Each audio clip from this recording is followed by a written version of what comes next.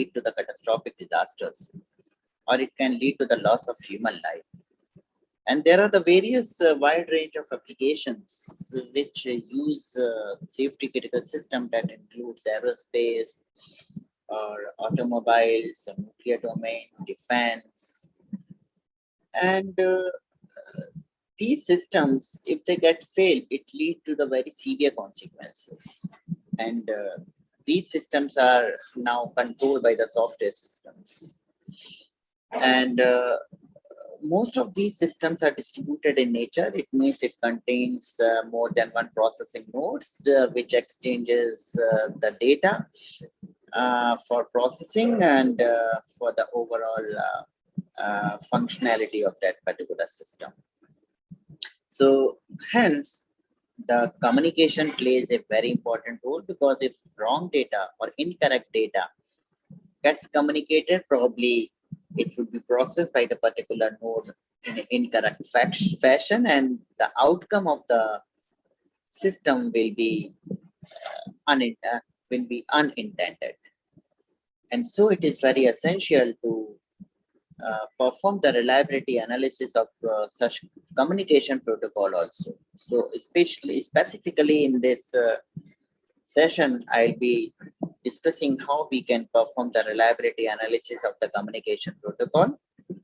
And if you talk about the reliability, as per the definition, it is the probability of the failure-free operation of a system up to a given period of time under certain environmental conditions. Now, this definition is very important. Let me emphasize on each and every term of the definition. As I said, it is a probability of failure-free operation of a system. So once I say the probability, it means its value ranges from 0 to 1. If I talk with respect to the quantification of this value or the quantification of the reliability. And then I said up to given period of time. So I want to emphasize on the fact that if you talk about anybody's reliability, you also have to state up to what period of time you're talking about, because nothing is reliable for the infinite period of time. Even if you are able to recall your childhood days where you would be having a lot of friends, and you would be thinking like these friends are going to be forever. But as and when you start growing up, your interest started gets changing, and because of this, it may be possible like new friends started replacing your older friends, and hence nothing is reliable for the infinite period of time. So reliability is a function of time. And in the definition, I also said that under stated operating conditions. So reliability also depends on the operating conditions. To emphasize this fact, for example, suppose I go to the vendor and purchase a refrigerator, and I bring back the refrigerator and at home, and I suppose throw it from the 14-story building. Then what will happen? It will collapse. And if I go back to the vendor and say like, you have given the warranty period of 1 year and I want the replacement of this product back, what he will say, like, your warranty has been voided because you have not performed this, or you have not operated this product under the stated operating conditions. So I want to emphasize here on two facts. One is reliability is a function of time, and it also depends on the operating conditions. So one product may be high reliable under one operating conditions, and maybe a little less reliable under another operating condition. So so let me go through today's outline. So first I'll be discussing the introduction of the reliability and background. So we have already talked about the reliability and what is the background. Only we can see how we can mathematically represent the reliability. So we will see the mathematical definition. Then I'll be introducing the Petri nets and modeling of the system. So PetriNet is a basically modeling technique which was introduced by a German PhD scholar known as C.A. Petri in 1960s. And he introduced this concept to model the stochastic processes. So if you want to categorize the processes, it can be done into two types. One is the deterministic process, and the other one is the stochastic process. And the deterministic processes are those processes, the outcomes of which can be 100% guaranteed. For example, if I do have a pen in my hand, and if I drop a pen, I can 100% guarantee like it is that it will fall down on the earth because of the gravitational force that is acting on earth. While the stochastic processes are those processes, the outcome of which cannot be 100% guaranteed in spite of rigorous planning and systematic approach. For example, if I want to attend a meeting in Hyderabad at 4 p.m. and I start here from Mumbai, for example, at 11 a.m., considering all the local traffic delays and flight delays and keeping an extra margin. But then also it may happen that I may miss my target, and the reason could be manifold. The reason could be probably when I was about to reach to the airport, or I was on the halfway to reach to the airport, I came to know like some road construction is going on and I'll have to deviate my path, which is quite much longer than the routine path. And that may cause the excessive delay. The other reason could be there could be flight cancellation or excessive flight delay because of some technical and administrative reasons. So I mean to emphasize like there is a probability that in spite of rigorous planning, we may miss the target and we don't know the reason in advance, and hence such processes are random in nature and known as stochastic processes. And hence PetriNet is one of the modeling technique which has a potential to capture the dynamics of the system, because even the human is stochastic in nature. It is not deterministic in nature, depends on the mood, like he takes action. So definitely the man-made systems will be stochastic in nature, and PetriNet is a good mathematical technique which can capture the stochastic behavior of that system. So I'll be discussing the working principle, the basic building blocks of the PetriNets and what is the basic working principle of the PetriNet. And then I will discuss the properties and analysis techniques. So in the analysis techniques, especially I'll be discussing how we can quantify the reliability of a particular system, for which I'll be introducing a reliability prediction framework, which consists of some of the phases that are required to be executed to perform the quantification of the reliability. And I'll also be discussing what all the activities in each phase that are required to be executed. And then I will be demonstrating this reliability prediction framework on a case study so that it can be easily used by the practitioners or by the audience. And then I can conclude my session. So this, now let us see some this mathematical definition of the reliability.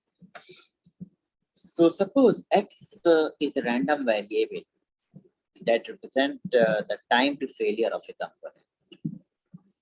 It means how much time it takes to fail the component.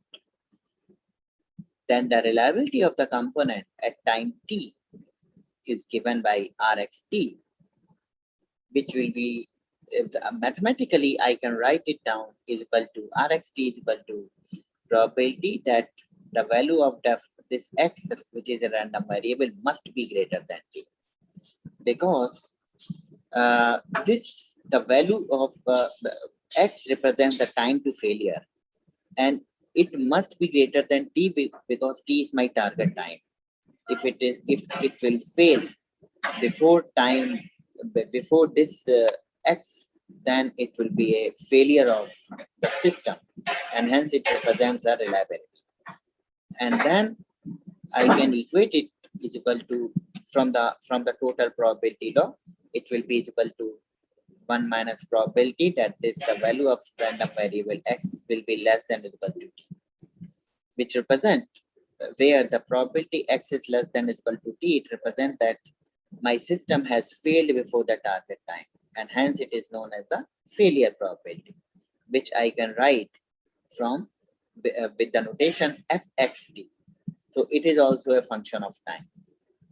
So the conclusion that I can draw from this equation is the reliability is equal to 1 minus failure probability.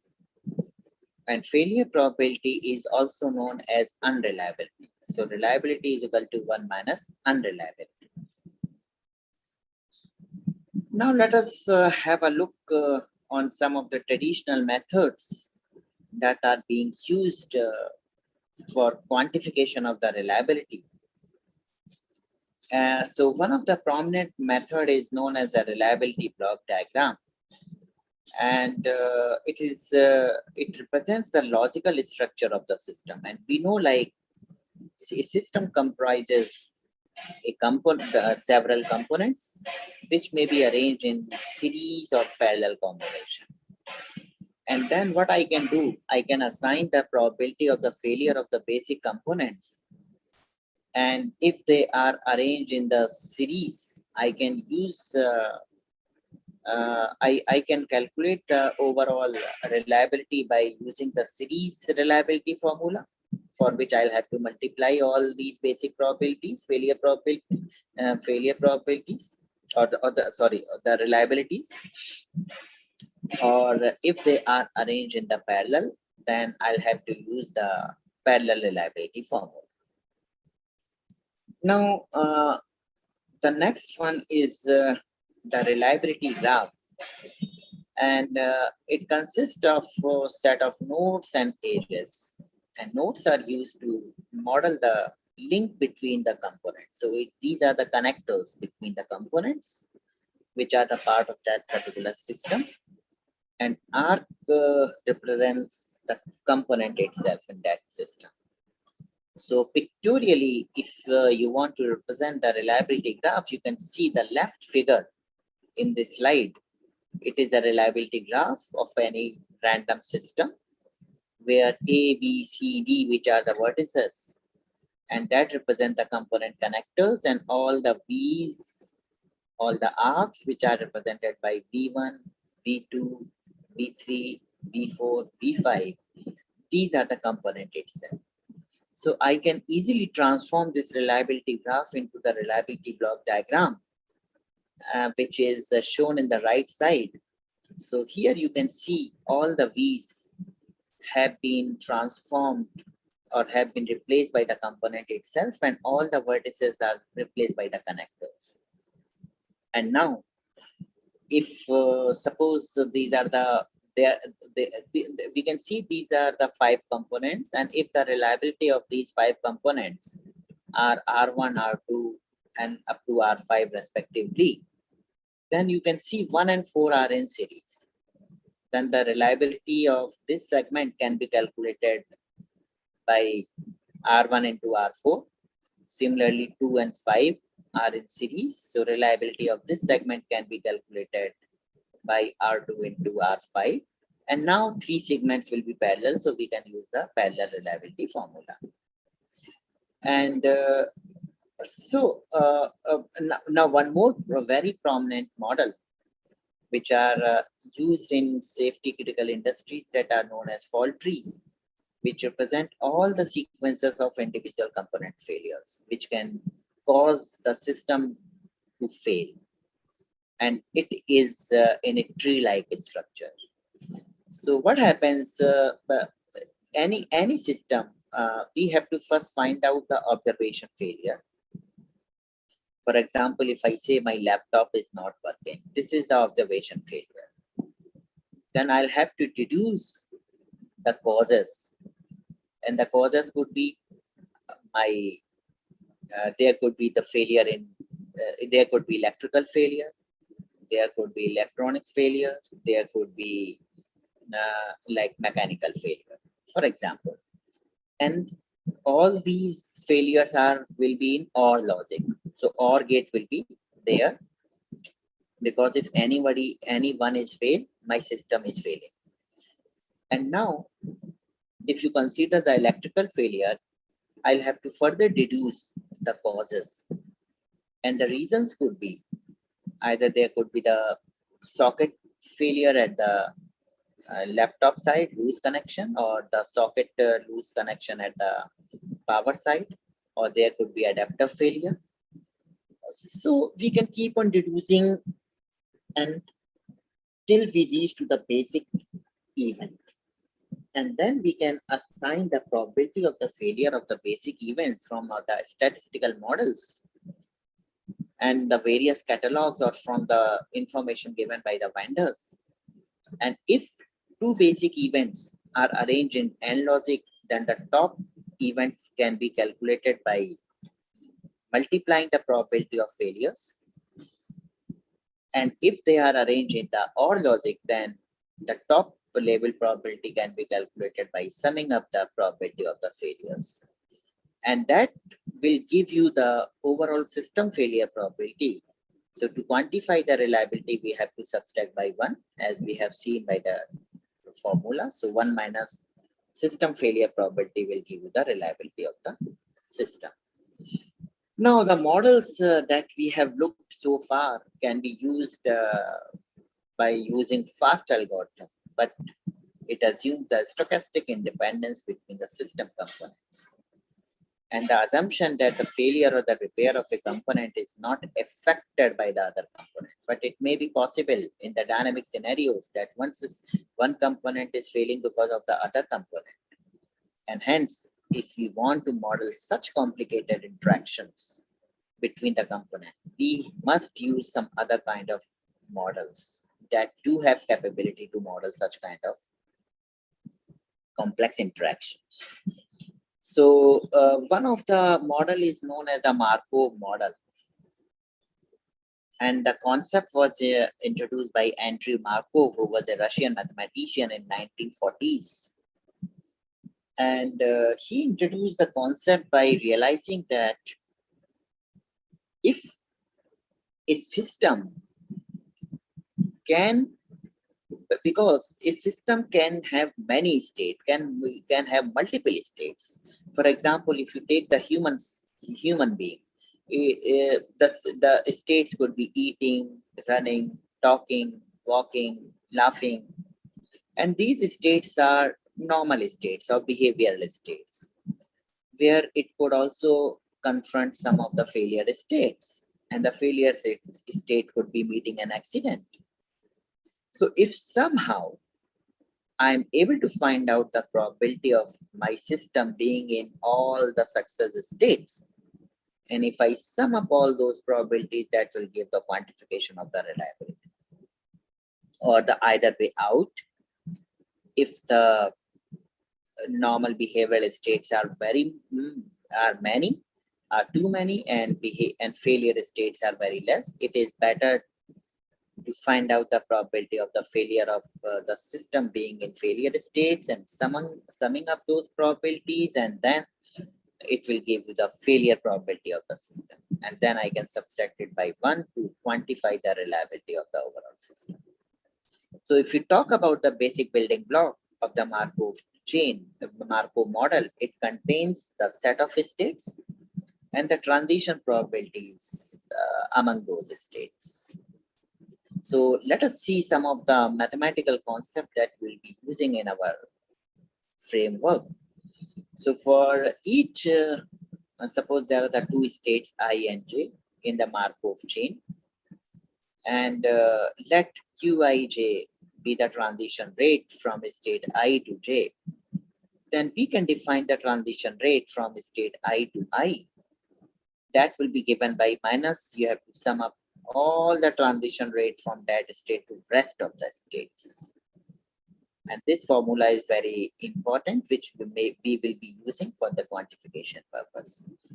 So, and then I can define a generator matrix, which is also known as the transition matrix or transition rate matrix.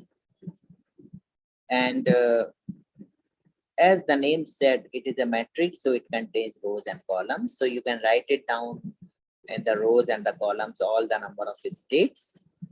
For example, if a system is having 2 states, so you can write in S1 and S2 in the row side and in the column side. And you can fill in the elements with the transition rates between the one state to another state. For example, S1 to S1 and S1 to S2, S2 to S1 and S2 to S2. And in this way, the entire matrix elements can be filled. And this matrix is known as transition rate matrix. We will definitely see how we can generate this matrix while we will be taking the real case study. Now, I want to introduce this PatriNet, which I have already talked about. And it is a very good graphical tool as well as mathematical tool. And why graphical tool? Because we can represent the system behavior graphically, where all the stakeholders can participate and can understand the system behavior to carry out their assigned work. And it is also a mathematical tool because we can solve the various state equations by applying some mathematical logics to know more and more insights about the system. So particularly with respect to the reliability, we will see how we can derive the state equations and we can quantify the reliability.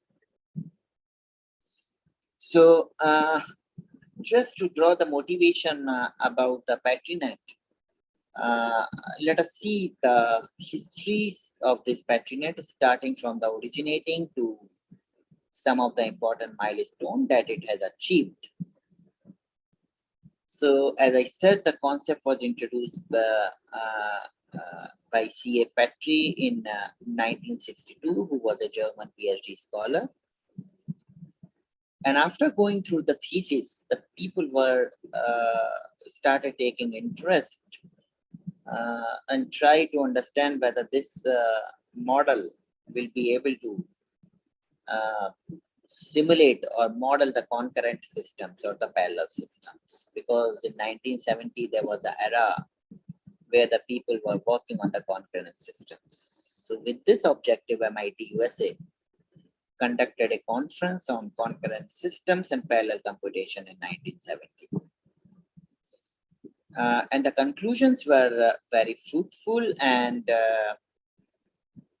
they again decided to meet after 5 years to explore the possibility to explore much about this PatriNet and to try out some of the ways to increase the potential of these PatriNets.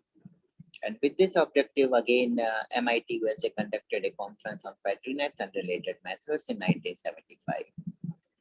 And thereafter, it starts gaining popularity in the industries and looking at the high demand in the industries. A course on general net theory of processes and systems was started in Germany in 1979. And then the people from different domains were also started taking interest whether they can solve the applications or the challenging problems to their specific domain. And with this objective, in 1980, the first European on application and theory of PatriNet were conducted in France. And then the researchers were coming out with a different flavor of the PatriNets. For example, if I want to work on the real-time systems, definitely the timing information plays a very important role. And for that, the specific PatriNet known as timed PatriNet is there. So first the international workshop on time PatriNet were conducted in 1985. So there are some other kind of Patrinet also, depending on the nature of your system.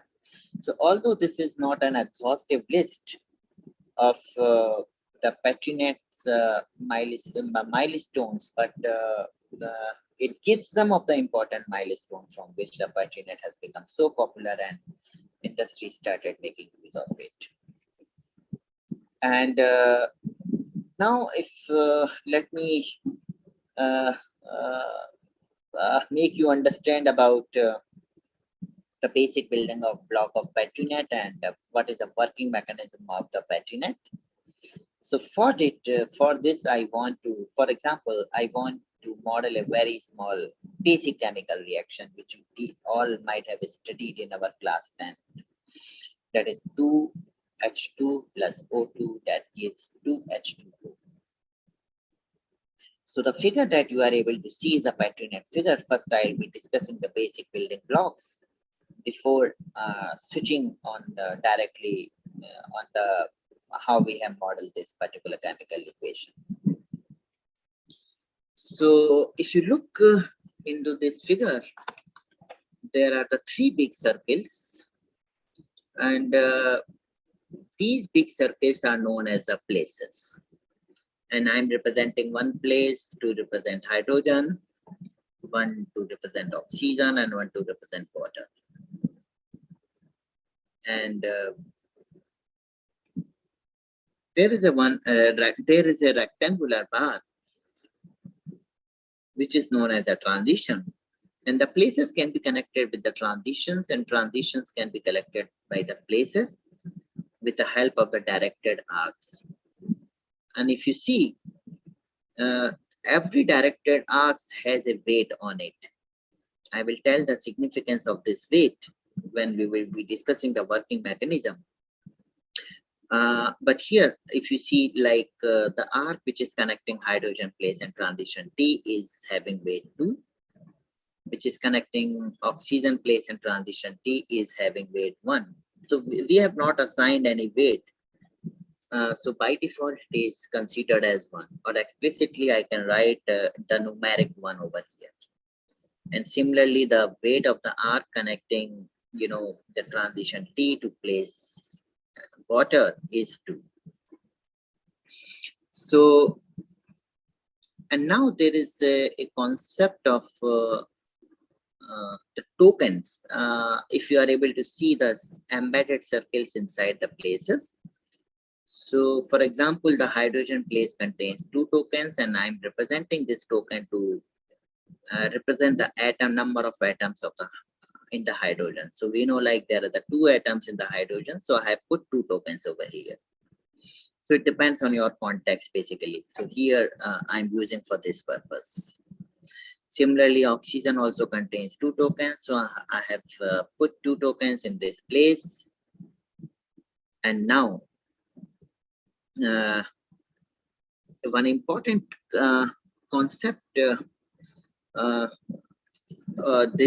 I want to introduce, that this distribution of the tokens among the places, it represents the state of the system. So for example, the distribution of the token in this figure is 220, right? Because hydrogen contains 2 tokens, oxygen contains 2 tokens, and water contains 0 tokens. So 220 is the distribution of the token, and it is representing the state.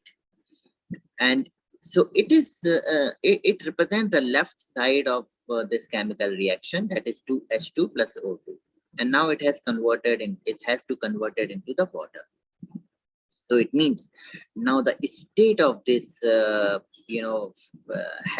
to be changed. The state of this Patrinet has to be changed, and it means we have to change the distribution of the tokens.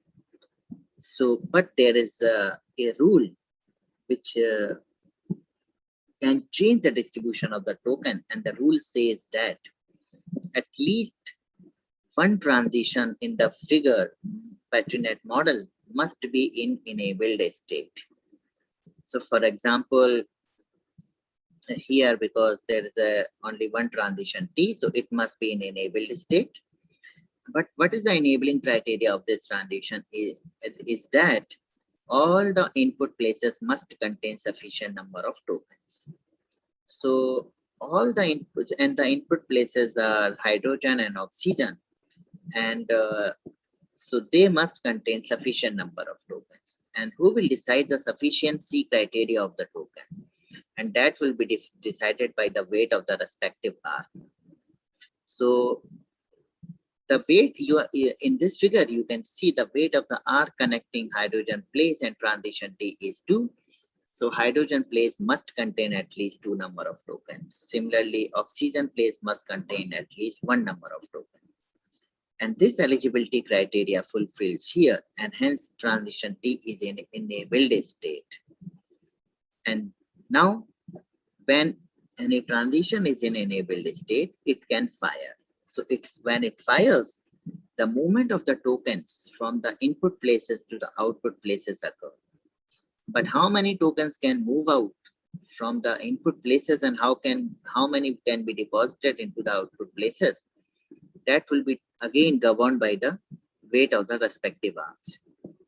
So here the weight of the arc connecting the hydrogen and oxygen place are 2 and 1 respectively.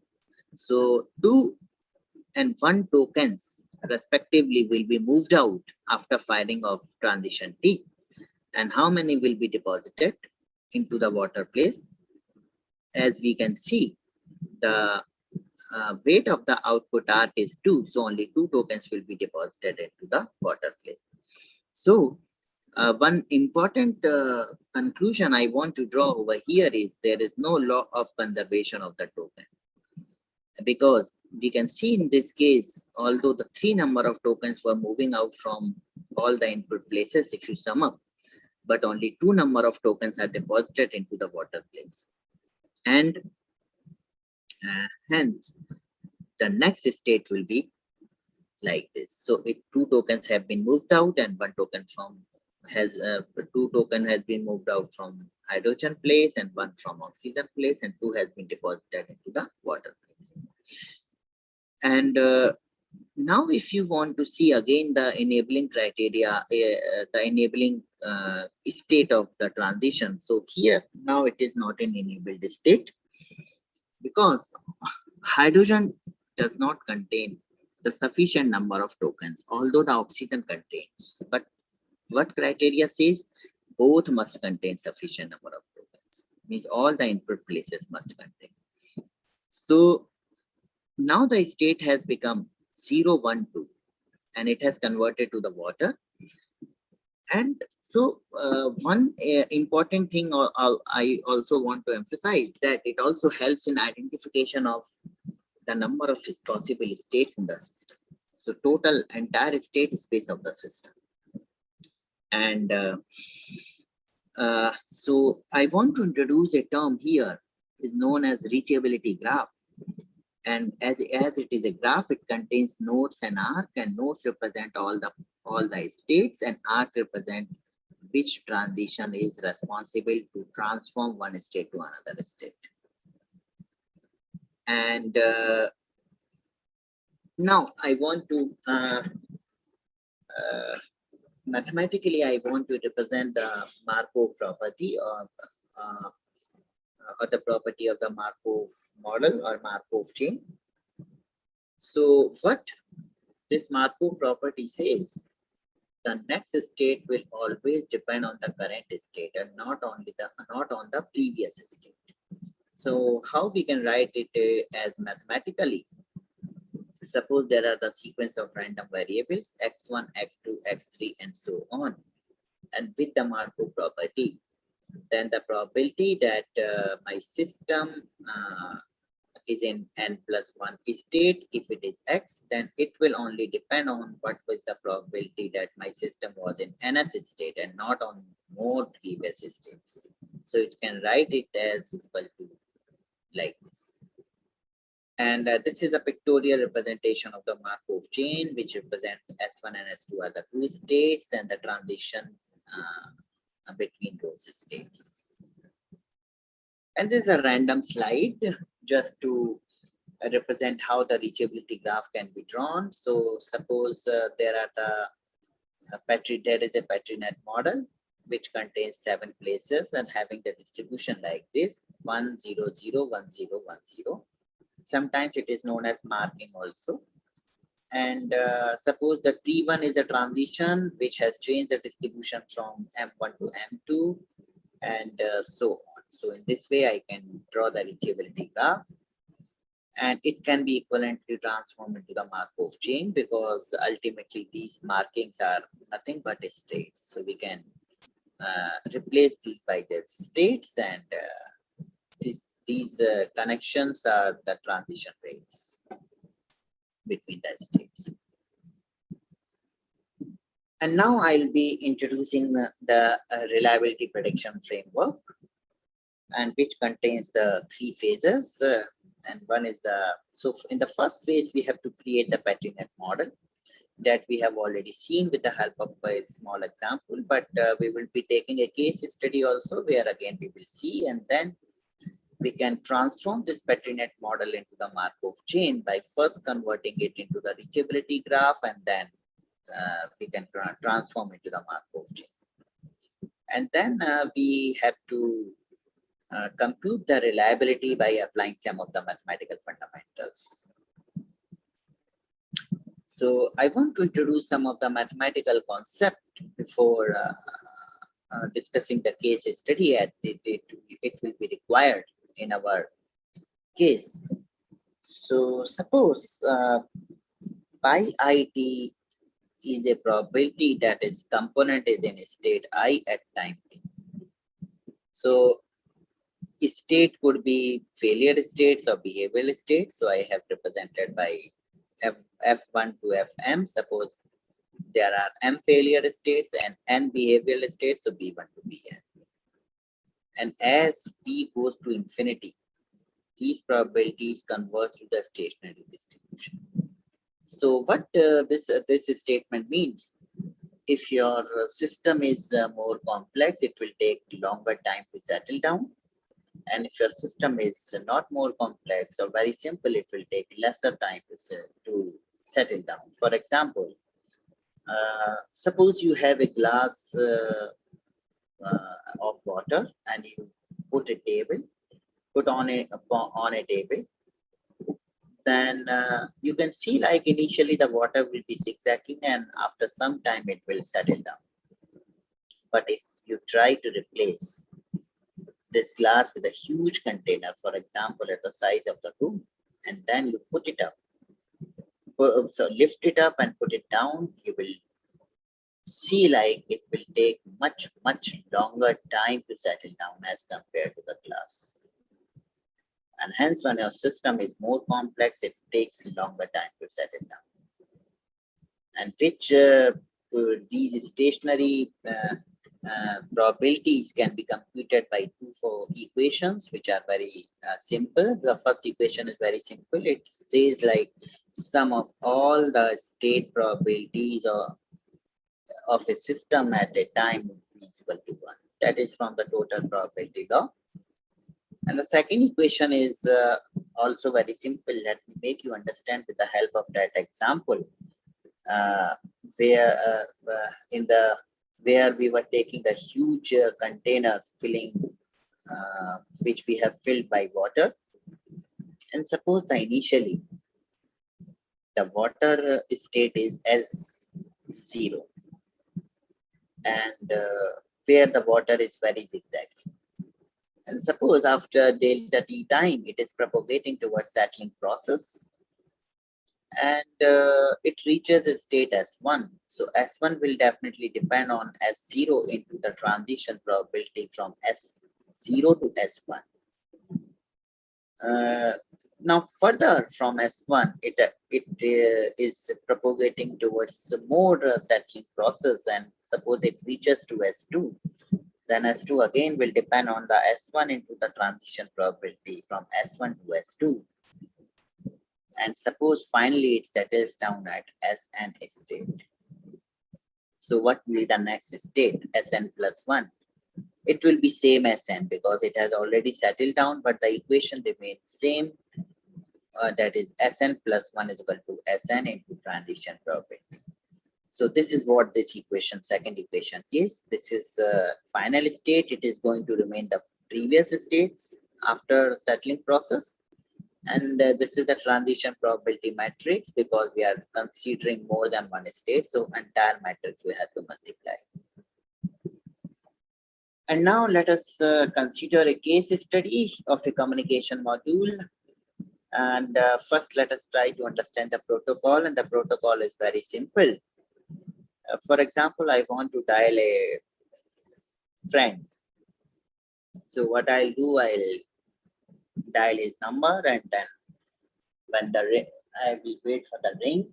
Then after that, I will wait for when for his picking up my call. And when he picks up, I will say hello, and I will wait for the acknowledgement. And if I get the acknowledgement, I feel like connection is now well established and I can start my conversation.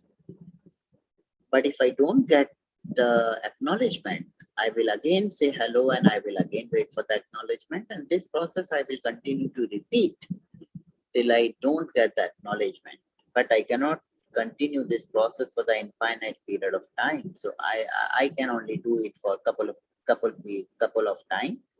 And after that, I can, if I don't get the acknowledgement, I will understand that the connection is, there is loss of connection, and I can cut the call and I will retry the call. And the same protocol is basically applied here. So suppose there are the two processing units. One is the embedded unit EU. It is getting the data from the field sensors, and it is sending the data to the display unit DU. So whenever the embedded unit sends the new packet, the value of count is set to 1. I'm keeping one variable which can keep trace how many times I have retried this packet sending. And then embedded unit will wait for the acknowledgement for time t1 after the sending packet. So if embedded unit receives the acknowledgement before time t1, I will declare that the packet sent is successful, and I will keep a semaphore variable just like a flag, which I will change to complement. But if count is less than n and acknowledgement is not being received, then the embedded unit retransmits the packet and set the count, and I will increment the count. Otherwise, the embedded unit terminates the send process unsuccessfully, where the semaphore variable will not change. And if time t1 elapses after last data sent, I will just destroy the semaphore variable. And now I want to model this protocol in the PetriNet. And this is the PetriNet model, which you must be seeing. Let us try to understand this PetriNet model.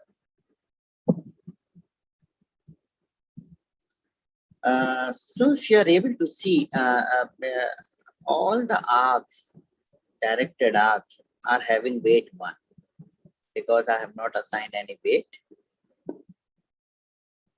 And the two places at the starting point contains the token. One is PSRDY0 that represents that embedded unit is ready to send a packet with semaphore variable is equal to 0. And then there is a token in PDSR that represents that embedded unit gets request from display unit to send the data. And when these two activities are ready, then the transition TS0 can fire, which represents that embedded unit sends the packet with sequence number 0, and it will increment, it will set the count is equal to 1. K variable count is equal to 1, and I will keep on increasing for the next iterations. And then after sending, I'll have to wait for the acknowledgement, which is represented by PSW0 place. And if there will be the timeout of the acknowledgement, it can be represented by triggering PSW0. And after that, the acknowledgement timer timed out can be represented by the token in PT0 and 0. And if it means after timeout, I'll again have to resend. So I will fire TS0K, which represent that embedded unit sends the packet with sequence number 0. And this transition is fired only when K is less than N. And subsequently, we have to increase the K. And in this way, now one case, if after acknowledgement timeout, if I'm not getting the data and all my trials have also been lapsed, then there will be the firing of transition TS0 ACK USUC, that is unsuccessful. And in this case, the token will be deposited into the place PDSAU, which represent that data sent is unsuccessful and it is reported to the operator or the user. And in case of successful, suppose the data packet of sequence 0 is sent, that can be represented by a token in PS0S. And when it is sent, then TCOM1, it is a transition that it represents that display unit sends the acknowledgement to the embedded unit with sequence number 0. And after that, the acknowledgement has to be received, which can be represented by place PR1R. And because it was waiting for the acknowledgement in PSW0, so the acknowledgement, the transition will fire, which is TS0 acknowledgement success, which represent that acknowledgement with sequence number 0 is received and data send is completed successfully. And after firing of this, it will again reset the entire system. So first, the tokens will be deposited that data send is successful and reported to operator, that is PSUC. And then again, it will make ready. The embedded unit will get ready, and it will again set that it is getting the request again to send the data. Then one important thing in this BatteryNet model that I want to emphasize, that the left half of this image is the mirror half of the right. Why? Because I have considered the redundant embedded units, the redundant communication protocol, and the redundant display unit, so that in case of failure of one, the another can take over. And I'm using for online testability feature, I'm using I'm sending the alternate packets from the alternate embedded units. And now the next is I'll have to assign the model parameter. And to assign the model parameter,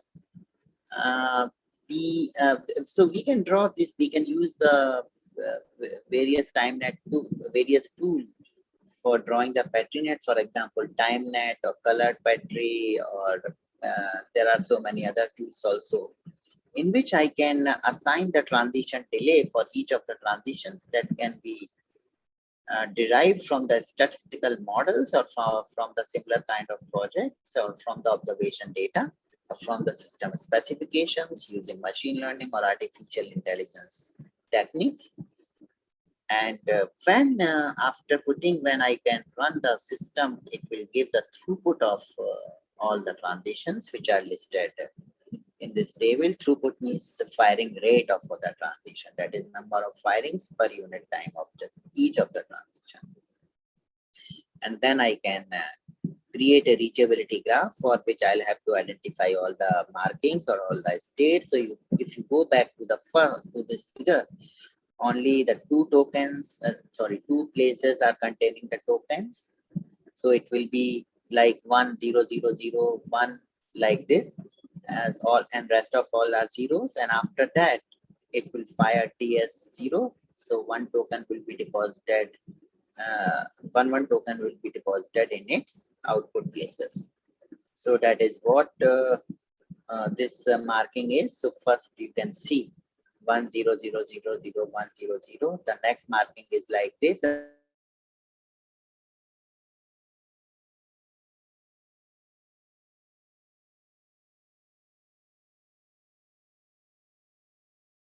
Lambda 12. And now I can draw the reachability graph. So this is the reachability graph that we have already seen, and that can be transformed into the Markov chain.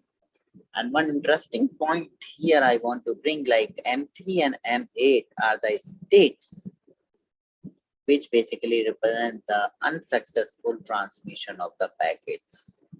And so because it reaches after the firing of the unsuccessful transitions, M3 and M8 state. So now the next is I have to create the transition rate matrix, which I discussed in a slide where you can write down all the states in rows and columns, and you can fill in the elements. For example, from M0 to M1, the transition rate is lambda 1. From M1, it is transiting to M2 and M4 with transition rates at lambda 3 and lambda 11 respectively. So M0 to M1 is lambda 1, M1 to M2 is lambda 3, M1 to M4 is lambda 11, and all the diagonal matrix can be calculated by the minus sum of all the rest of the elements in the row matrix. So that formula which we have already seen, but just to recall, let me go back to that particular slide. This is what this formula is. So all the diagonal elements can be calculated by this. And now the next task is you have to calculate the transition probability from one state to another state. So the formula is very simple or very conceptual. So if I want to find out the transition probability from state I to j, it can be given as equal to the transition rate from I to j, and we have to normalize the transition rate. And for normalizing, we have to divide by sum of all the transition rates from I to k, but I should not be other than itself state. And if I is equal to j, then it will be the Dij will be equal to 0. And in this way, I have computed the transition probability. And after that, we have to use those two formulas of a stationary distribution. These are those two formulas. So one is the sum of all the transition state probabilities, that is M0 plus M1 up to M9 is equal to 1. And the second is second formula is written here. So this is a matrix of final states, and this is equal to the just previous states, and you have to multiply with the transition probability matrix. And after solving those equations, it can give the value of the state probabilities of each of the places, and which is listed out here after computation. And then I can go back again. Now what I can quantify the reliability by either summing up all the probabilities of successful states like M0, M1, M2, M9, M4, M5, M6, and M8 because M7 because M8 and M3 are unsuccessful states. Or either we can find out the M3 and M8 and we can sum up and we can subtract it by 1. So this is what we have done. We have just added M3 and M8 state probabilities and we can subtract it by 1, and that will give you the quantification of the reliability. So that's all I wanted to discuss, like how we can quantify the reliability. So although we have only taken the communication protocol, but definitely you can quantify the reliability of the overall system. And one thing also I want to emphasize, that reliability requirement of each and every component is not same.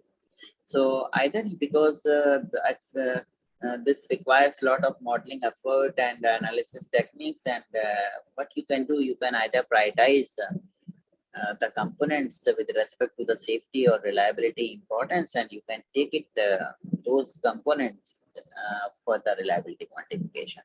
So that's all I wanted to discuss. In case of any questions, I would be happy to answer.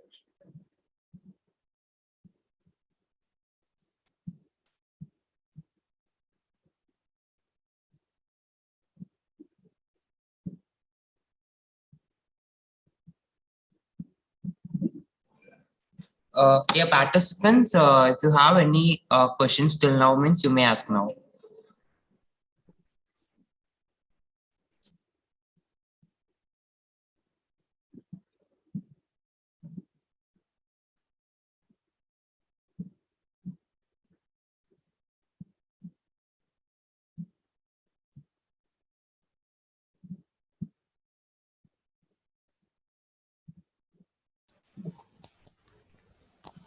So dear participants, if you want any doubt, any queries, so please put in chat box. So otherwise unmute yourself to ask our resource person.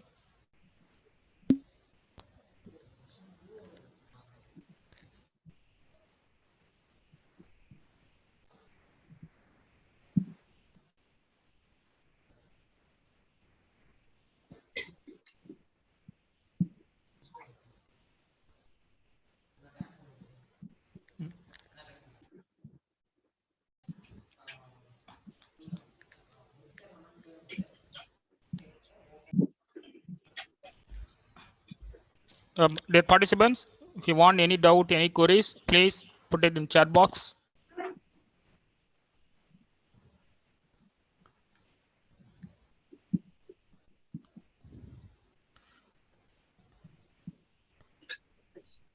Okay, Sir, I think no more queries, sir. Yeah. So thank you, sir. Thank you very much, sir. So in your busy schedule to accept our invitation. So give nice, wonderful session for our participants. Thank you very much, sir. Yeah. Thank you. Thank you so much. When educating the minds of our youth, we must not forget to educate their heart. In this way, I would like to thank our today's resource person, Dr. Lalit Kumar Singh, scientist, NPCL, Bhabal Atomic Research Center, Department of Atomic Energy, Government of India, for providing a wonderful session on the topic of reliability analysis of IoT communication protocol for safety critical systems. On behalf of organizing team and Kungunadu College of Engineering and Technology, we once again thank you so much, sir. And dear participants, the day 2 session 2 attendance and feedback link is available in the chat box. It will be open up to 30 minutes only, so kindly fill it soon. Thank you all. And all are requested to join day 2 session 3 at 2:30 p.m. Thank you all.